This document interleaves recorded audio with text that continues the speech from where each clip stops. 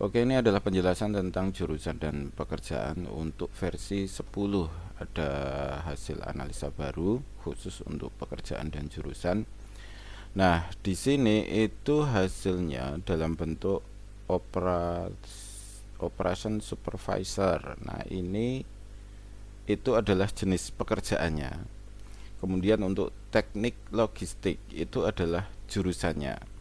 Kenapa dibuat seperti ini? Jadi hasil analisanya itu seperti ini, hasil analisa yang sudah ada.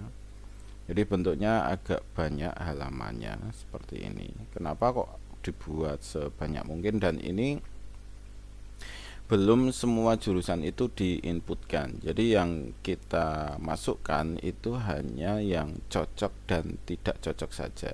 Jadi hanya yang kita keluarin itu yang cocok dan tidak cocok.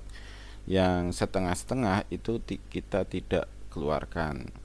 Kemudian misalkan di sini ada jurusan teknik ya, misalkan Fakultas Teknik Desain. Nah, di sini ada kemampuan. Nah, di sini itu ada kemampuan yang jadi keunggulannya itu di mana untuk Anda yang untuk klien yang untuk yang analisa gitu ya. Kemampuan berpikir lateral yang kreatif namun tetap pada koridor fungsi teknik yang masuk akal dan aplikatif. Jadi ada kelebihannya. Kelebihannya itu di sini kenapa kok memilih Fakultas Teknik Desain Produk gitu.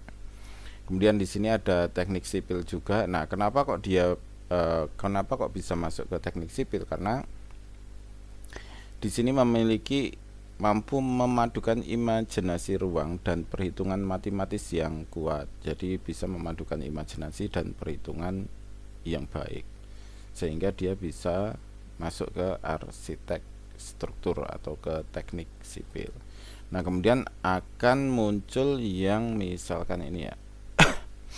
Di sini 30%, artinya ini tidak cocok. Nah, kenapa kok tidak cocok? Itu ada alasannya. Karena bekerja dalam tekanan lingkungan ekstrim menuntut kesiapan mental. Jadi ini mentalnya itu kurang siap jika berada dalam pekerjaan yang dalam tekanan gitu. Jadi ketika bekerja dalam tekanan maka ini tidak bisa, maka perlu dihindari. Jadi kenapa kok ini dibuat 30%? Berarti masalahnya itu di tekanan mentalnya. Jadi ini akan bekerja dalam tekanan yang besar. Kemudian kita cek lagi di sini. Nah, misalkan ini ya, geofisika di sini 38%, artinya kurang cocok. Kenapa kok kurang cocok gitu kan? Karena pengolahan memerlukan penguasaan algoritma filter data yang menuntut konsentrasi tinggi. Jadi kalau membutuhkan konsentrasi tinggi, klien ini yang kita bahas itu kurang mampu. Jadi kurang mampu ketika harus berkonsentrasi terus-menerus dan tinggi, konsentrasi penuh gitu. Konsentrasi penuh dalam waktu yang panjang, kira-kira seperti itu. Dan ini isinya ini akan berbeda-beda tiap kliennya. Kemudian berikutnya masuk ke sini lagi ya. Nah, di sini lebih dari 70% itu artinya peluang besar. Kemudian antara 50% sampai 70% artinya butuh upaya lebih. Nah, di hasil itu tidak muncul antara 50 sampai 70 ya. Artinya kalau nanti hasilnya kurang atau tidak muncul artinya sekitar segitu. Atau kurang dari 50 itu artinya kurang cocok. Jadi hindari yang prosentasenya itu kurang dari 50. Misalnya seperti ini ya, 47%. Artinya ini kurang dari 50. Kalau mau dipaksakan akan apa ya? Tidak nyaman. Intinya sebenarnya bisa-bisa aja, namun tidak nyaman gitu. Kemudian cara membuat kesimpulan. Hasil analisa ini itu hanya bersifat gen sehingga tidaklah 100% benar. Jadi jadikan referensi saja. Kalau pengalaman saya ya, saya itu itu ambil jurusan pendidikan fisika. Nah, kemudian saya analisa sendiri di sini. Itu hanya muncul 56% atau nggak muncul lah gitu. Artinya kenapa kok saya ambil jurusan pendidikan fisika ya? Karena saat itu nilai saya itu termasuk yang paling tinggi saat SMA.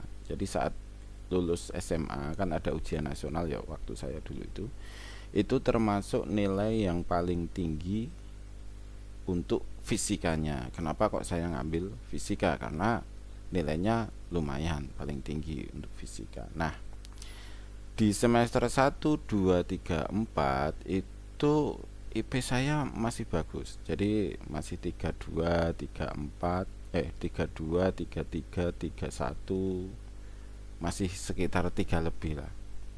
Nah, di semester 5 itu ngedrop drastis di 2,17.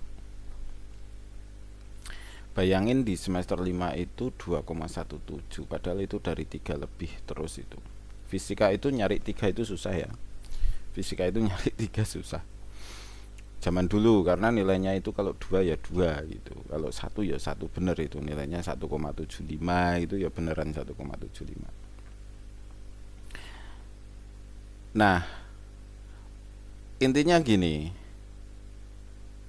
Dari hasil analisa ini itu kan ketemunya hanya sekitar 56% ya. Dan ternyata itu akan terlihat saat lebih dari semester 5. Jadi di semester 5 itu kan kita dapat mata kuliah yang benar-benar fisika yang sangat abstrak gitu. Fisika matematika, kemudian apa itu peluang itu kan, peluang materi-materi, kemudian ke inti, fisika inti.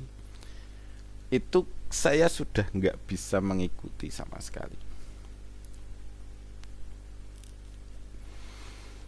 Artinya kalau memang nggak ada bakat ke sana, saya kalah di logika. Logikanya kurang. Ketika kita nggak berbakat di sana, itu akan terlihat tidak di semester 1, 2, 3, 4, namun mulai semester 5 ke atas. Karena itu sudah mulai ke fisikanya gitu. Atau mulai ke ilmu yang sebenarnya yang dipelajari saat kuliah itu mulai di semester 5. 1, 2 itu kan pengenalan, 3, 4 itu mulai penjurusan. Nah, kelimanya itu baru kelihatan itu bisa atau enggaknya. Kemudian untuk membuat kesimpulan itu gabungkan antara hasil analisa, nilai, dan minat. Jadi hasil analisa ini kesimpulannya apa, nilainya kesimpulannya apa, berminat enggak dengan jurusan tersebut. Kalau ini salah satu itu tidak ada, mending cari yang ada semua. Jadi hasil analisanya itu positif, nilainya juga mendukung, minatnya juga iya. Kemudian cari yang kira-kira paham nanti akan bekerja di mana dan bagaimana cara menggapainya. Jadi kira-kira jurusan yang tidak terlalu aneh, misalnya teknik nuklir gitu kan. Itu yo ada. Tapi kita mau kemana, terus bekerjanya di mana, butuh yang dibutuhkan itu berapa, satu Indonesia itu kan bisa dihitung dengan jari itu, nggak nyampe ratusan lah. Ya, nggak tahu itu karena di sini nggak ada PLTN juga. Akhirnya kalau kerja kan nanti di nggak tahu di mana, di Jepang kan berarti. Nah, intinya kita perlu memperkirakan kira-kira itu nanti kita bisa apa itu peluang pekerjaannya itu banyak atau enggak. Jika jurusan yang diinginkan tidak keluar, nah jika dalam tabel tadi itu jurusan itu enggak keluar sama sekali, itu ada kemungkinan bahwa hasilnya itu hanya sekitar 50% sampai 70%.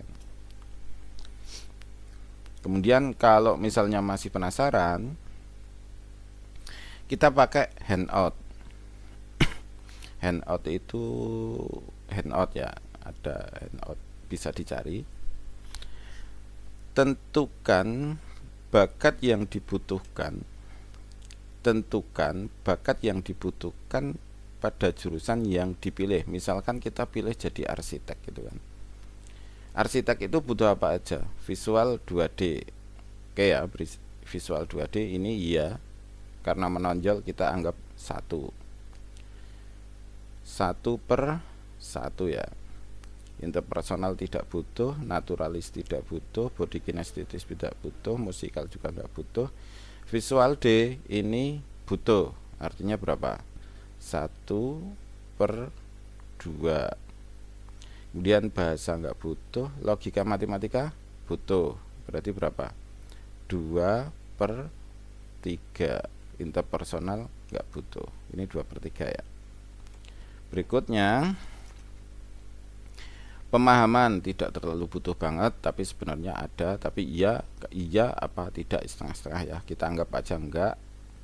Pola abstrak kita anggap enggak, analisa seni enggak, menggambar iya, tadi 2/3, ini sedang ya, artinya ini berapa? 2/4, 50%. Kreativitas butuh, ini butuh karena untuk menggambar, untuk apa, mendesain ulang itu, artinya ini menonjol ya, aman 3/5. Kepemimpinan nggak butuh, konsep seni butuh juga, tapi nggak terlalu harus. Yang harus itu ini imajinasi berapa? Sedang, berarti ini 3/6. Motorik halus butuh, tapi nggak terlalu juga, ini sebenarnya untuk menggambar ini. Psikologi enggak, penalaran butuh, berarti berapa ini? 4/7. Pengendalian diri enggak butuh, pengelolaan angka butuh, berarti ini berapa? 5/8. Ketekunan tidak terlalu, kemandirian tidak terlalu, analisa ukur iya butuh, 6/9. Motorik kasar tidak, akademisi tidak ya. Berarti hasilnya berapa? 6/9. Berapa persen itu? Sekitar 60 bagi 9 berapa? 60 bagi 54 ya, dapat 6 ya, sekitar 60%. Nah, dari sini kita itu bisa melihat ini kelemahannya di mana gitu kan. Kalau jadi arsitek berarti kelemahan di imajinasi. Ini cukup riskan ya, karena imajinasi itu kalau arsitek itu butuh banget. Kemudian masalahnya di mana lagi? Menggambar kurang. Nah, tapi sebenarnya ini nanti bisa dibantu dengan AutoCAD ya, atau software gitu. Kemudian mana lagi? Mengelola angka, ini lolos.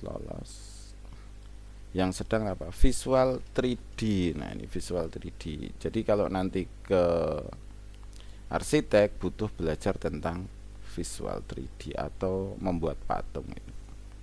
Namun ada kemungkinan berhasil karena dapatnya sekitar 60%, kira-kira seperti itu. Cuma butuh upaya yang lebih besar. Kira-kira seperti itu untuk membuat kesimpulan dari handout. Terima kasih, selamat mencoba dan semoga sukses selalu.